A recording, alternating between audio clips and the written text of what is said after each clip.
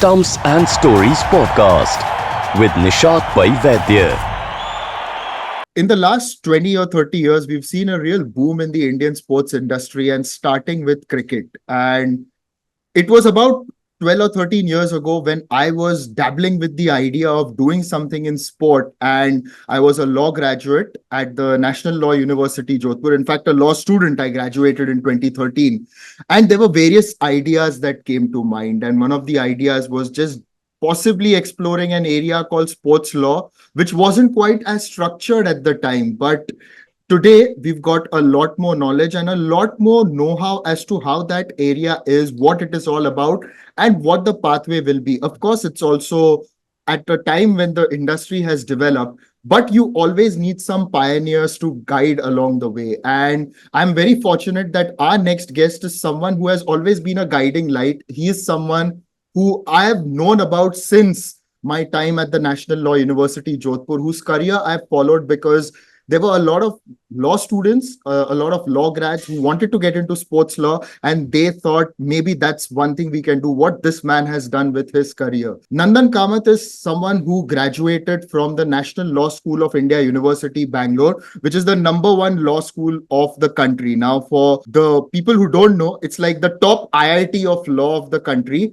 I come from maybe the fifth or sixth, I would say, but it is definitely a prestigious university. He was a junior cricketer, went into law, did very well, and then decided to get into a passion and a career. He combined the two of them. And, to give a parallel, I don't know if Nandan will agree. I'm sure, his humility precedes him, so he's not going to agree. I like to call him the Colonel C.K. Naidu of sports law of the country because he's a pioneer. Colonel C.K. Naidu in the late 1920s played an innings that helped India get test status. Nandan Kamath has done so much work that it has allowed Indian sports law to get a framework. So I would like to introduce Nandan Kamath to our guests and welcome him on our podcast. Nandan, thank you so much for taking out time. And I must also tell the viewers that recently you released this book called The Boundary Lab. Yeah, no, thank you. Thank you for having me. It's a very flattering description. I mean, to be compared to any test cricketer, I think is an honor. To be compared to C.K. Naidu is certainly a signal honor. So thank you for that, Nishad. But I think it's been a very interesting journey so far. I can't say pioneer or anything, but it's just I've followed a passion, I've followed an interest and reached a point where it has taken me. So in many ways, it's sort of a personal journey that I guess has some public elements to it. I do know that I started at a time when the profession wasn't very well structured. It still remains largely unstructured, but I think just the act of engagement, the act of being in the space and actually engaging with the legal system, trying in many ways to build structure, build institutions, has been a very satisfying part of it. Because I think at the end of the day, we were all sports people at heart. And when we stop playing, we really don't want to stop playing, right? And in many ways, this is a way to channelize that desire and the love for sport in passing on, in some sense, a baton. So while you're participating yourself, you're also enabling, I would say, more democratic, equal, inclusive structures to grow. And law plays a very significant part in that. So besides the transacting aspects of law, where you're helping sports commerce grow, I think the governance, institutionalization of sport are also things that are pretty dear to my heart. So I've been able to sort of make those multiple forays at the same time, which has kept me quite excited, motivated, and engaged. And if you can tell us from the very beginning, because I know you were a decent junior cricketer, and even people like me who never made it to anywhere close to the under 19 level for the state, we still held on to hope, maybe we can fulfill some dream that, millions of young boys in India and girls now have. But back then, you decided to put that on the back burner and moved into a very prestigious law school. How difficult was that, giving up playing sport, and how did you remain connected with the sport even right through your law school and later when you decided to do your postgrad? Yeah, so I mean, cricket was very much the most important part of my life when I was young. So probably, I mean, when I was much younger, I just played any sport that I could get. But in the school teams, I actually first started playing hockey. It was a very good team sport in the school. I was at St. Joseph's Boys School in Bangalore, but then stumbled onto cricket as well, which is something I played a lot on the street and informal settings. And I found that I had pretty good hand-eye coordination and started excelling quite quickly. I'd also grown much taller and larger than most other kids at the same age, so I had some natural advantages at the time. But cricket had played a central role. It was like studies were secondary. I mean, they were important and had to be taken care of. But so long as you took care of them, everything else was fair game. And cricket was probably 80% of my life. So through school, and then I went to college. College, I think the structure that I had in school waned off a little bit. And then when I was looking at other things to do, I did the National Law School entrance test. And when I had to make that choice, it was a pretty large choice. It was I would say, a calculated decision. It was in the mid 90s when cricket was still quite nascent in its professionalization. And when you looked around, I mean, you had maybe 4 or 5 people making a solid career out of it. Even the 11 people in the Indian team, if you looked at people who batted 8, 9, 10, 11, and then even the substitutes, may not have been making like full-time careers. They had bank jobs, they were working in public sector enterprises. So it wasn't the cricket that was actually keeping them going. And at the same time, I saw sort of the legal profession starting to blossom. You had so many people make successful careers. So my parents left me that choice, but I think it was a reasonably calculated one, saying what's going to be a sort of, I won't call it less risky, but what's the sensible move if you want to have a successful professional journey. And cricket, I found, was extremely risky. Anything could have happened, right? And I was quite fortunate because after I made that decision to get into law school, the year after I had an injury which would probably have put an end to my sort of nascent cricket career as well. So just dealing with the risks, the risk reward ratio, I took that call as a pretty young person, and then sort of really put all my eggs in that one basket of trying to become a lawyer. So it was a journey to get there, but then sort of the sport gene never left me. I mean, once you have it, once you're bitten by that sports bug, I'm sure you're familiar with that. It doesn't let you go. So it was coming back to that, which was the sort of the return journey, which is the interesting one. After practicing law in the US, having studied in multiple jurisdictions, I think that pull of working in India and doing something meaningful in a place which I cared about was very strong. So sport is the thing that attracted me, and came back and found multiple different things to work on in sport.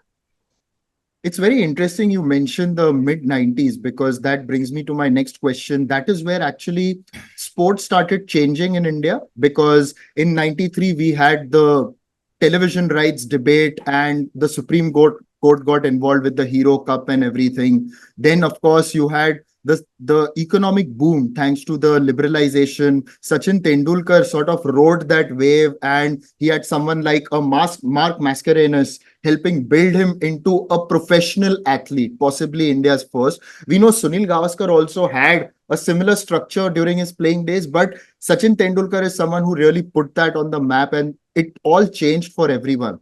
Were you looking at those developments, and how much of a base, you can say, it made for the sports industry in India, even from a legal perspective? Yeah, so I can't say I was actively thinking of it in that way, but certainly the sort of the early 90s brought private television. I remember watching cable television. In fact, there were dish TVs at that point. I don't think many people would be able to remember that. But just seeing sport for the first time, global sport on Indian television, was an incredible opportunity. I used to sit and watch NFL and NBA and stuff, which was just sort of the world coming into your backyard. So you saw the potential, but you also saw how far behind we were. So in some sense, yes, it was the Tendulkar and the televisation, private channels, and also just the, I would say, liberalization. So those three things converging at the same time, right? So you had private enterprise allowed to come in, so private investments allowed post liberalization. You had television, both technology as well as sort of the private broadcasting taking over sports broadcast after the Cricket Association of Bengal case. And you had Tendulkar rising at a time when sort of there was probably no one else really rising to the occasion. So you had this hero standing up on the sort of often sinking boat. You had the ability to watch it on well-produced television. And you had productization around it, right? You started to see endorsements, a lot of effort being spent on trying to build cricket as a product as well. So I think the connect, we had enough history by that time. We had 1971, we had 1983, 85, then we had Tendulkar. But the productization of cricket happened in those 90s. And I mean, I was studying at that time, then went away, came back, and you found a very different India. I'd say in 2006, 7, when I came back, a much more commercialized sort of economy. And obviously, the thing that followed that was the IPL, which was the genuine productization of spectatorship, which really became the catalyst for some form of sports law to be practiced. Until then, I mean, at 2006, 7, there's very little happening, frankly. I had the desire, but there wasn't really a platform or even a market need for it.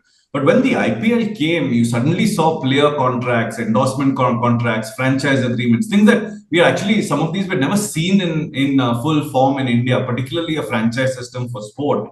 And many of those were imported. So you see some of those formats of franchise agreement, player contract, endorsement agreement. Many of those came from international practice and now have become pretty much standardized. So it's many of these pillars that have actually built more structure. And we underestimate the role that one event like the IPL can actually play in building an entire profession, I would say, because those formats built some standards and those standards became, in some sense, standards across the board. So you see those same clauses now come across 7 or 8 different leagues. Players now have concepts of image rights and different aspects, which were never really in the discussion. It was how much are you going to get paid and what is your daily allowance was probably the format of what people looked at, right?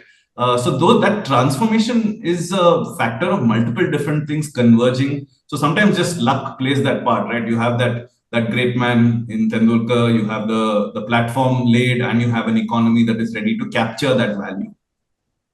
And yes, I think you answered my next question yourself, because the next real turning point was 2007, I would say, because when India won the T20 World Cup and the IPL came next year, the public embraced the IPL. Yes. And thereafter, you saw the creation of different sporting leagues inspired by the IPL. So it created that whole industry. And moving ahead, I was also, since I've also studied law, I've also been keenly interested in all these aspects. But just to tell people, there is no set thing as a sports law. It just is a niche that comes out of pre-existing statutes and laws and practices that are already there, isn't it? Just in a very specific context. So, I mean, there's a debate about that also, Rishad, which is there a sports law? Is there this concept of lex sportiva? And in some senses, there are principles that apply globally across the world. But then obviously, it's also the application of regular laws to a sporting context. I mean, sports law is quite fascinating and unique, and I find it particularly interesting. I mean, in the first instance, when you think about your concepts of fairness, justice, and other things like that, you really think back to your youth. The first time you actually encountered them was when you played something. You shared a toy, you played some pickup sport. The person who has the bat gets to bat first. They also call time, and when it's time to go home, you might not even get a chance to bat. So you encounter justice, equality, power, inclusion, all very early on. These concepts, you're not really putting labels to them, but you're actually dealing with them with the concept of sport and play as a human. And actually, if you carry that through to organized sport as well, and that's the sort of the underlying theme in my book, Boundary Lab, it's actually a very unique space because it's so global in its structure. So the difference with sport is it's played in a pyramid structure. So you have people playing at local levels, that local level becoming state level. So it's all a unified structure, which eventually sort of culminates in, let's say, the Olympics or a world championship or a World Cup in a sport like cricket. So around the world, everyone is playing, but they're feeding upwards into a common platform. So what does that make it? What's the uniqueness of that? Is that if you want a unified platform, you actually have to have unified rules across the world. So each sport actually has the same rules wherever played in the large part. And that provides a very unique sort of example, because it means that anomalies anywhere in the world have to be dealt with everywhere in the world. So if you want a common law for everywhere, that's not how the legal system generally works, right? You have local laws, you have state laws. So context specific, you make some tweaks, you give some exceptions, you make some definitions. But here you have one single system despite different political systems, different sort of cultural mores, different economies, all are feeding into one single system. So that's where I find it's a fascinating laboratory. And I mean, we saw that even in the Olympics, for example, of lines to be drawn between who's male and who's female, multiple other aspects around what is fair. We saw disputes around eligibility. So all of these are actually some form of lex sportiva as well, which is a global sports law. But then when you bring it to a local context, it's how regular laws of contract, constitutional law, criminal law all apply to a sporting context as well. So it's a little bit of a mix of both. So you have some form of a global sports law evolve, but you also have localization in a very specific context of how Indian laws of different sorts apply to sport as well. And it's very interesting you mentioned that, because I was reading your book, and one of the most fascinating aspects that I've found in sports law in general is the governance aspect, because you have a national sporting federation, which for India, let's in the cricketing context is the BCCI. We had the famous Z Telefilms versus BCCI case where Z Telefilms said that under Article 12, under Article 12 of the Constitution of India, the BCCI does not constitute state. But then these sports federations, they also can continue to do state-like functions because they are representing the country at the highest level.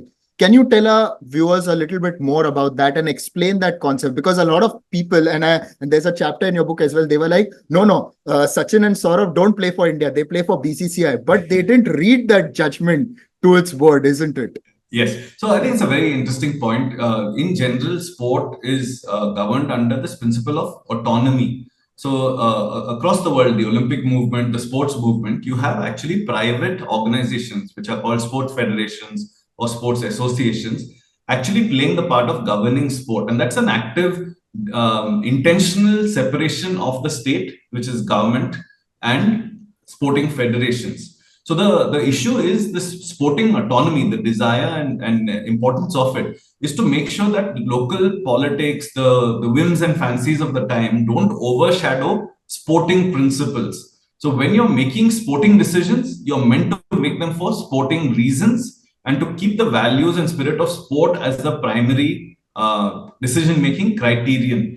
So you're not necessarily swayed by what's happening in society at the time. Sport has to stand neutral in some sense and autonomous. So coming from that principle is the theory that all sports are actually governed by private organizations. Now, those private organizations are membership bodies. So theoretically, they actually have to be democratically representative of participants. So, for example, you have a national sports federation. Its membership is state sports federations. The state sports federations membership should be district federations. The district federations membership would be local clubs and even potentially players. So theoretically, it's a structure of self-governance where the sport is governing itself in a private manner. But what you end up seeing is there's also this pyramid structure, which I talked about earlier, makes it a monopoly body as well, monopoly and monopsony, which is the only place you can play is within this pyramid. So you have to have an interaction with this body if you want to play for the country, you want to play for your state. So it's a singular structure. So what happens when you have private control of a monopoly structure? There's potential for that being misused, right? So when you're inside a structure, you have full control and there is no competition. Often competition is the thing that gives you, in some sense, a desire to change things and to be accountable. So if you do not have public accountability and you do not have competition, you get into a position where power can be potentially misused without accountability. So that line of cases says that, yes, it might be a BCCI, it might be a football federation, it might be a hockey federation. You might be a private body and international sports law recognizes that. But you're a private body with a public function. So what does that mean? That means that there's writ jurisdiction lies. You may not be state under Article 12, but under Article 226, you can approach a high court if, even though you're not a member, you are affected by the sort of the decision making of that body. What does that do? It transforms it from a body which only members can question to anyone affected, anyone whose fundamental rights are affected can question that body. So I think that's the transition that's occurred, and it's a very important transition for accountability and in some sense governance of Indian sports bodies. Because I mean the scope of these bodies, the commercial scope, the impact, and the need for them has really risen. Because earlier there was this argument in many sports, oh, we don't have the talent, what's there to govern? But I think the last 15, 20 years have disproven that there's no shortage of talent. Yeah. In some sense, governance is a service we require. It's not in some sense, the rights of a few people who have got together. It's a service that the nation needs, and it's a public service. So that framing actually has changed the narrative, and actually a level of legal accountability that we can claim from our sports bodies. And very clearly, I mean, we're lending the national name, insignia. People are playing on our behalf. They're not playing on behalf of that private body, right? So while a private body in structure, it's public in hue and public in function very clearly. It's very interesting that you mentioned, because I'll tell you, one of my favorite hobbies in law school was going through some of the most wacky judgments on the database. And, me and my friends, we used to have this sort of competition, like just find out some of these judgments. And one day I thought, let me have a look at some of the cases in cricket. And I came across this one judgment from the Madras High Court, where this lawyer approached himself. He approached the court under Article 226, I think. And he told the court that, you must dismiss Saurav Ganguly as captain. This was in the early 2000s. Make Rahul Dravid the captain, and gave an annexure to say these are the players who should be dropped and these are the players who should be considered. And among the players I remember who should have been considered at the time was someone like Shikhar Dhawan, who had just done well in the Under-19 World Cup. And then you had Rajgopal Satish, who was playing domestic cricket, and Ambati Raidu and a few others. I found it interesting. The judge throughout the case, the judgment was written with a lot of anger. There is a recourse that you can do it, but it's not necessary that the court will consider its merits. You're sure it was not Greg Chappell in disguise applying? No, this was during John Wright's time, because it clearly mentioned John Wright was the coach. Yeah. No, but I mean, I think there are lines, right? So when you talk about writ jurisdiction, there has to be a right that is violated. It's not about whether you feel.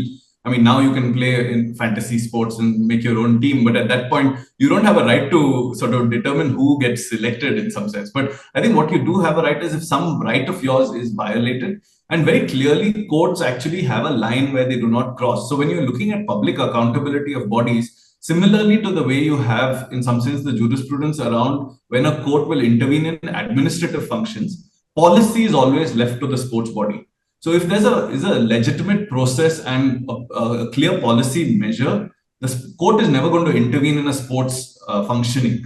So even though you may not agree with the decisions, so long as they were taken non-arbitrarily and in a considered proper manner, the court is not going to remake selection decisions or determine who's going to be coach or captain. So there are lines between what an intervention will permit and what it will not. But for example, if there is conflict of interest, there is arbitrary conduct, there is a decision making without reasons, a court will intervene in sort of natural justice principles being followed, or non-arbitrary conduct where someone is actually not even given a hearing or given a chance, or maybe even gets a life ban without the process being followed. So making sure that the body follows its own process and that the processes are fair and reasonable is where the courts will intervene. Absolutely. And talking about the IPL, and I've been a part of the IPL for 9 seasons, and our Bible, and I've got quite a few of them here, was the tournament handbook, which has all the rules and regulations. And you've also played a part in getting all these together across different sporting leagues. So there's, just for the viewers who don't know, every tournament has a handbook which has got its governing principles. It's got the playing conditions, the laws, but it's also got things like the anti-corruption, the sponsorship rules, the code of conducts, and all of that. How difficult was it, Nandan, initially, maybe, when all these leagues were coming up, to get all that framework together and to define it? Because something like an anti-corruption code, you read it, it's very simple. It says that there are mainly 3 main offenses. One is betting, one is fixing, and one is, of course, trying to create those opportunities or approaching someone. It's very simple. Implementation is a different thing. How difficult was it to create all those frameworks, those structures in the initial years after you came back? Yeah, so I mean that's a great question because a lot of this didn't necessarily exist, Yeah. right? Codes of conduct and other things. I mean, people were holding tournaments without any paperwork, and we're talking about the largest tournaments in the world. But there would be one agreement for hosting, but everything else was done literally on bills and invoices. And I'm sure you're familiar, still done in many cases as well. But actually, bringing that professionalization has been a process. I don't think it happened all in one shot, right? So you look at what's key and important. So the first wave will be just even setting up the league, franchise agreements, player agreements. All of that was new. But then you start responding to certain situations. So, for example, one of the large forays we have led is the anti-ambush marketing and rights protection in the IPL, in the World Cricket World Cups for the ICC. So you just try and sort of constantly have to be dynamic in that because people are trying to, in some sense, take commercial benefit of these events in new and different ways. It could be pirating stuff on online. It could be merchandise. It could be ambush marketing with a campaign where you're trying to show that you're a sponsor when you're not. So all of this has been, I'd say, iterative and evolving. Some of this is, I would say, more on the margins than in the core. But as you grow in professionalization, the margins become the core, and you start building a strong core of documentation. And I think people underestimate what a large role that rules and structure and sort of all of the backup, what happens behind the scenes, go into making a tournament what it is administratively, but also the structure and how it can influence certain outcomes, right? And a great example is that impact player rule that has come in the last 2 3 years.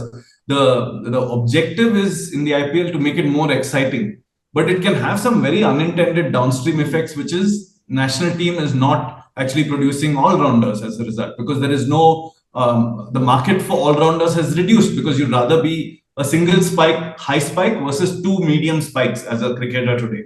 You'd rather be a specialist than I would say, a deep generalist, right?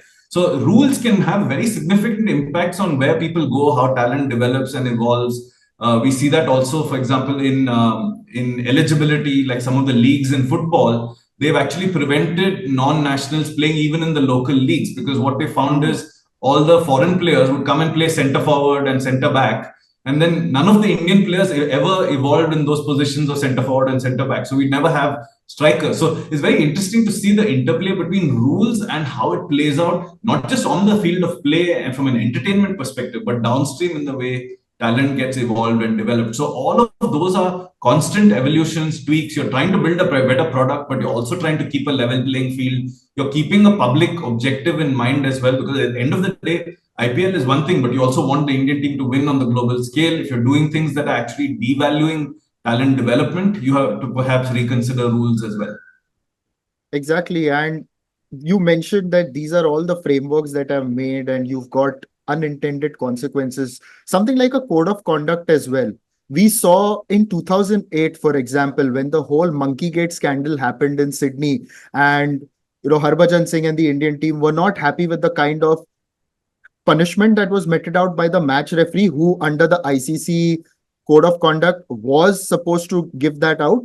And then they had to approach another body which was created, and a judge was appointed. So sports federations also have this aspect, right, where if they can't solve the issue in their own sort of structure, they get a professional legal authority Yes. from the outside to also do that. It's not like arbitration, but kind of is, isn't it? Yeah, and I think dispute resolution is sort of underestimated in its importance, right? We saw it also in the Olympics and CAS, the Court of Arbitration for Sports role in dispute resolution. So having someone neutral to actually administer the disputes plays such a large role in defining the rules well and being a backstop to any form of ambiguity that might be in the rules. So even the best drafted rules will always have some element of the unknown.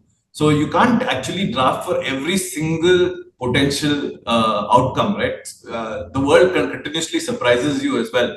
New things might happen which the rules have never contemplated.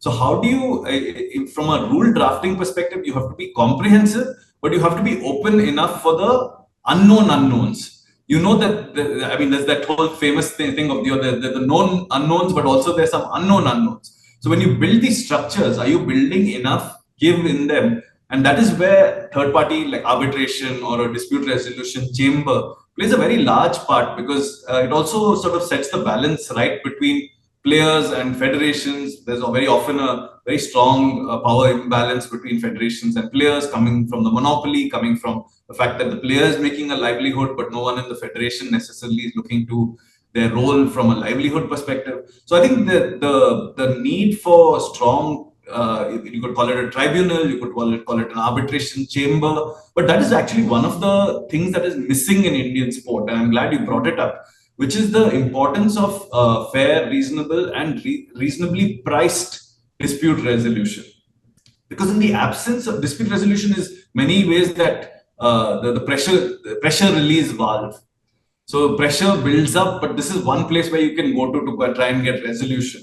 So far, all of our sports people, sports bodies have all approached the courts, but the courts are not necessarily the best equipped bodies to actually look at this. Even if you look at the way the Supreme Court handled the Lodha Committee case, the way they're handling all of the other NSF cases, it's a prolonged, elongated process, and at the end of it, very little has really changed, right? So maybe on the books, lots has changed, but the reform is a iterative process of engagement, of getting decisions right, allowing smaller disputes to play out and to resolve. And in the longer run, all of that feeds into institutionalization of sport, where every new decision actually helps the following people actually find precedents. And that's how the legal system works, right? So, And it's interesting that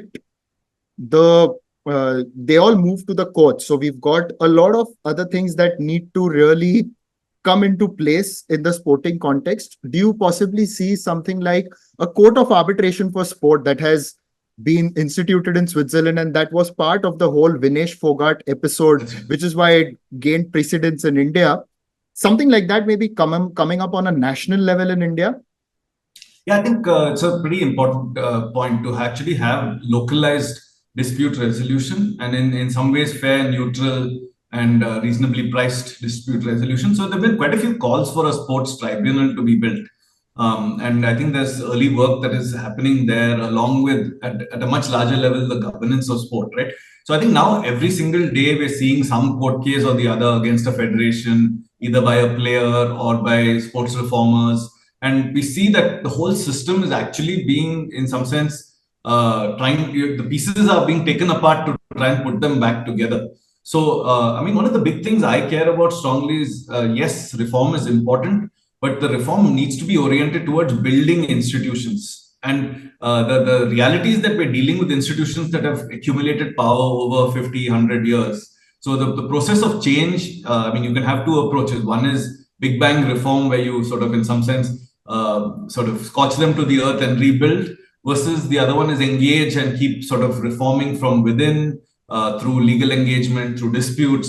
And I think both have their roles in different contexts, but we are in a moving economy of sport where talent needs to be evolved and developed, right?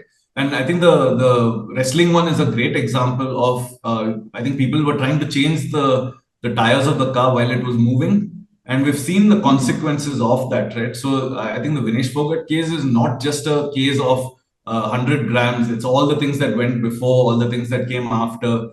We are an ambitious, aspiring nation with a pretty large number of aspiring athletes. And what is this next 15, 20 years going to look like from a governance perspective? Do we have to, in some sense, eviscerate the existing governance structures and rebuild? But then you'll have a lost generation as well, right? And I think this is just one microcosm of it, what we saw in wrestling. So the question is, this moving car, how are we going to have a little bit of a pit stop like an F1 race, change the tires and allow it to continue to run fast? I think that is the key question right now. Of how do we build our institutions, in some sense, build faith again in all of the sports governing bodies, but also equip them with the right professional structures and people to take Indian sport forward. And I'm actually a strong advocate of young lawyers playing more of an important role in sports law, particularly in sports governance and institutions. A lot of young people come and say, are there careers in sports law? I mean, it's still a small and nascent segment, but is there a role for sports lawyers who are trained and have an interest in sport? I would say the next 20 years, it's an open field where much more legal talent in all the areas that you talked about, right? So the amount of documentation we have for the IPL I don't think most of our other federations have that depth and extent of documentation unless they're supported by international federations. So, in some sense, the written word, interpretation, dispute resolution, institutionalization, running committees, all of these are things that young lawyers are going to be good at. And I'm quite optimistic with the last 20 years of strong law school cohorts coming out. We're going to have some young people who feel passionately about sport and are public spirited and will make their careers in the sector and segment. And another aspect is the sponsorship and the commercial, because that is obviously the most important one. I remember when I joined the IPL, one of the first things we were told is to read all the guidelines, but the sponsorship guidelines really need to be read, because you should know what to do and what not to do. For people on the outside, it's very easy to say, you know what, that's because you're getting money. But that is the most important thing. That's where even our salaries come from. What you can wear, what you cannot wear.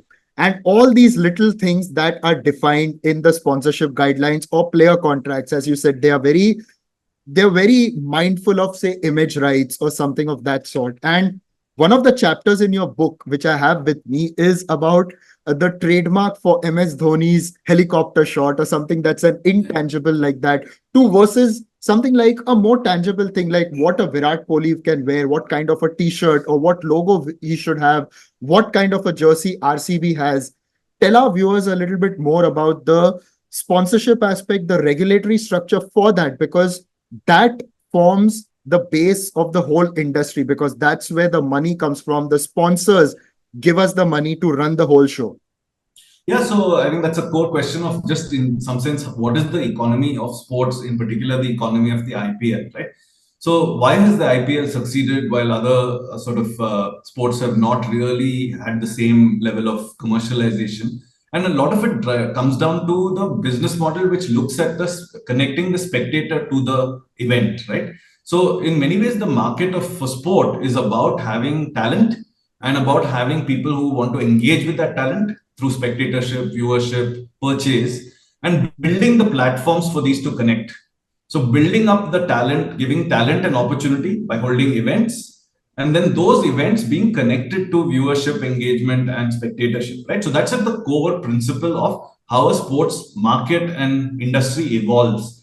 Now, how do the revenues work? So players get paid their salaries by the franchises pay the IPL, but the whole system is actually showed up largely by broadcast rights, which is media rights, and sponsorships. And those are codependent. So why do people actually buy the broadcast rights? Because they feel they can sell advertising revenue. So that there's adequate spectatorship of the sport, where between overs, between when wickets fall, between innings, you can show commercials, you can show advertising. So the broadcaster is underwriting and pre-purchasing the time to be able to on-sell it to other people who want to advertise. So that is one form of advertising and sponsorship, where the money is flowing through the broadcaster. But then there's other aspects of sponsorship where you're actually sponsoring the event itself. So IPL will have its own sponsors. So it'll have a title sponsor, it'll have other partners, all of whom will get some logo visibility on the ground, on clothing and other things like that. Then you also have teams which are allowed a certain number of sponsors on their jerseys. And finally, you actually have players who also bring their own sponsors and are allowed to put it simply on their equipment. Now, these sponsorship guidelines are important because the player is very clear on what their sponsors are entitled to. They can have it on a sticker on their bat, and they can have their own equipment, which is essentially the tools of the trade. While the team is in some sense very clearly told that the sponsorships are maybe 6-7 spots on your shirt and jersey and pants, and you can have some event like local partners, but outside the television viewership.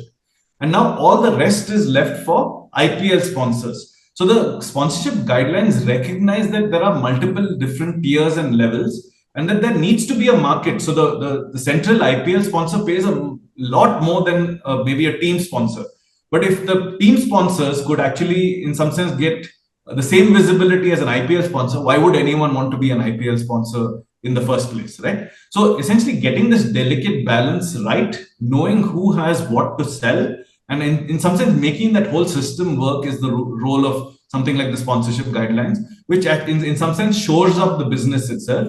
And like I said, our role is in many ways to protect that structure as well. So when we're enforcing rights protection and ambush marketing work, we're ensuring that those sponsorship guidelines are complied with, not just by the people outside, that is not unlicensed people, but by the people inside. That a player is not misusing and putting some logo where they're not meant to. I mean, the sponsorship guidelines come down to even players can't have tattoos with sponsors' tattoos on them. So people have gone to great extents, right? So there's a lot of thought that goes into making sure that every sponsor is able to benefit from the payment they made and the rights and entitlements they guaranteed. And finally, people must also realize that there is no end point. It's not where you come to a system and that's where it stops. It keeps evolving. That's what law is, right? We keep evolving with times. And that's what's going to happen with sports law as well in the country. And particularly because of the way technology has been growing. Now we have AI coming in, our laws will have to change. We've got different sports technology also appearing, especially on the Indian scenario. I'm sure you've also come across them because some of our startups are doing some really great innovative work to change the sporting ecosystem and revolutionize the way the country is approaching the sport. How do you look at the way ahead, especially with the growth of technology? Yeah, so I think being in this space is just very, very interesting because very often you're first at the scene in lots of these issues. So it's very dynamic. Sport actually is at the forefront of sort of the technologization of our lives as well. So all these new issues keep coming up. I think technology has the developments have always have two sides, right? So they have great potential, but they also have great potential for harm of new and different sorts. So, I mean, yes, the laws will have to balance that, but us as practitioners, we're also engaging very often with quite fascinating and new issues. So, for example, you talked about AI. We've already seen the first bunch of fake endorsements. So, where Virat Kohli was shown as endorsing some betting app where there was no role. They've just taken sort of AI, taken there's so much of Virat Kohli out there on the internet. So, using reference files, they've made it as if he's promoting this betting app. So we're going to see a lot more of that. But it also shows that something like that can be used even productively. In the endorsement space, perhaps Virat Kohli struggles because he has only maybe 15 free days, right? He's playing so much cricket, he needs time with his family. But on the flip side, maybe AI will permit him to make a library and in some sense license out that library to people who want to make some speech or make some endorsement. So suddenly every technology will have two sides to it, right? Its potential and its downside. So as lawyers, we are actually constantly trying to look at both the opportunity and the threat to facilitate the opportunity and to, in some sense, dampen the threat that comes from a new technology like this. So AI is one example. We're seeing lots of issues around player privacy. So wearables provide so much potential. But who owns that data? Can it be used when the player leaves the team and now joins an opposition team? Lots of new issues coming up, right? So we're all collecting so much data about players, but there's very little, and the law is still evolving. We don't have our data protection law out yet, not yet notified. But who owns medical data of a player, performance data? So all of this is the capability is far outstripping the legal response in many ways, right? So what we can do, we haven't really, in some sense, looked at the potential and the downstream consequences of features. Very often we work on creating features without necessarily fully understanding the implications of those. So it's always interesting in that sense because sport is also that playground where lots of new things are being tried out. Like you say, lots of innovation, lots of startups. And it's fun in many ways to be on that forefront. And that is why your book has been titled Boundary Lab, because you say that a lot of things are tried. So it's like a lab, isn't it? Sport. I always believe sport is like a microcosm of life, and a lot of things actually pan out on the field of play that reflect our society or country or the world at large. Yeah. So that's exactly where I come out, Nishant. This is it's a laboratory where we are testing new things because of this structure I talked about, right? Where the rule for all has to be the same as the rule for one.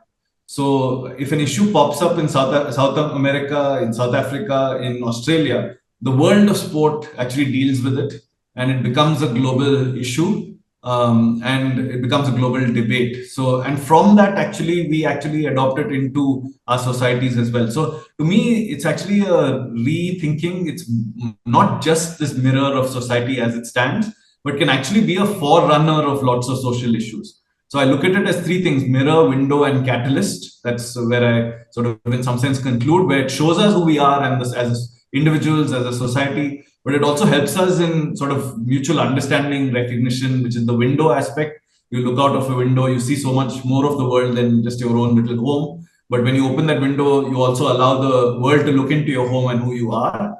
But the third and most interesting one to me is sport as catalyst. Its ability to bring change at a point where it may be hopeless, it may be you may feel like it's impossible to move from one place to another, but sport gives you that spark to bring that change willingly, and in some cases unwillingly, because you need those common rules across the world. So I mean, the book comes from a sort of a deep engagement professionally with sport, seeing it in many capacities and lights. I mean, primarily, obviously, as someone who's legally trained and worked in the legal field, but as someone who feels that sport has so much more to offer us as individuals, but also as a society. So I think that was the motivation for the book as well. Nandan, thank you so much for your time and for joining us and enlightening us with all these concepts. Now, for our listeners and viewers, if you can tell them where they can follow your work or get a glimpse of something that you do, since they will be more interested in knowing a lot more. I know you're a part of different movements to promote sport in the country. So, can you just tell us a little bit about that so they can follow your journey as well? Yeah, so I've tried to actually collect all of this on a central website for the book, which has sort of links to all of the other work as well. It's on boundarylab.plus, boundarylab.plus. So, I mean, I have a law firm, a law practice where we work with sports businesses, sports federations, athletes, and others. It's called Law NK. I'm also co-founder of Go Sports Foundation, which has supported lots of Olympic and Paralympic athletes, but is trying to build, in some sense, the ecosystem of sport, from real, genuine athlete support, athlete well-being, athlete care, and institutionalizing a lot of that, seeing that as an essential part of the nation-building process. And I also work as a co-founder on what is called the Sports and Society Accelerator, where we're working on policy, research, and advocacy around inclusion in sport and adequate physical activity for all. So, Go Sports works at the upper part of the pyramid, and this is really at population scale. How do we make us a more sporty, active country as well? So, those are the various different involvements. Happy to engage with anyone who's interested in any of them. Yes, definitely. I've been in touch with Nandan for a long time online. It was only recently that we met in person, and it's been really great following your journey. And thank you so much for joining us and sharing all these insights. And we will continue this journey on Stumps and Stories. Please do log on to Apple or Spotify, any other platform that you really enjoy, and listen to this podcast. You can also watch this on Digital 2 Sports on YouTube, and you can follow me on Instagram at Nishat Paivaidya as well. So until next time, it's goodbye. And please do keep coming back to listen to different stories such as these. Thank you so much, Nishat. It's been a pleasure speaking with you. Good luck.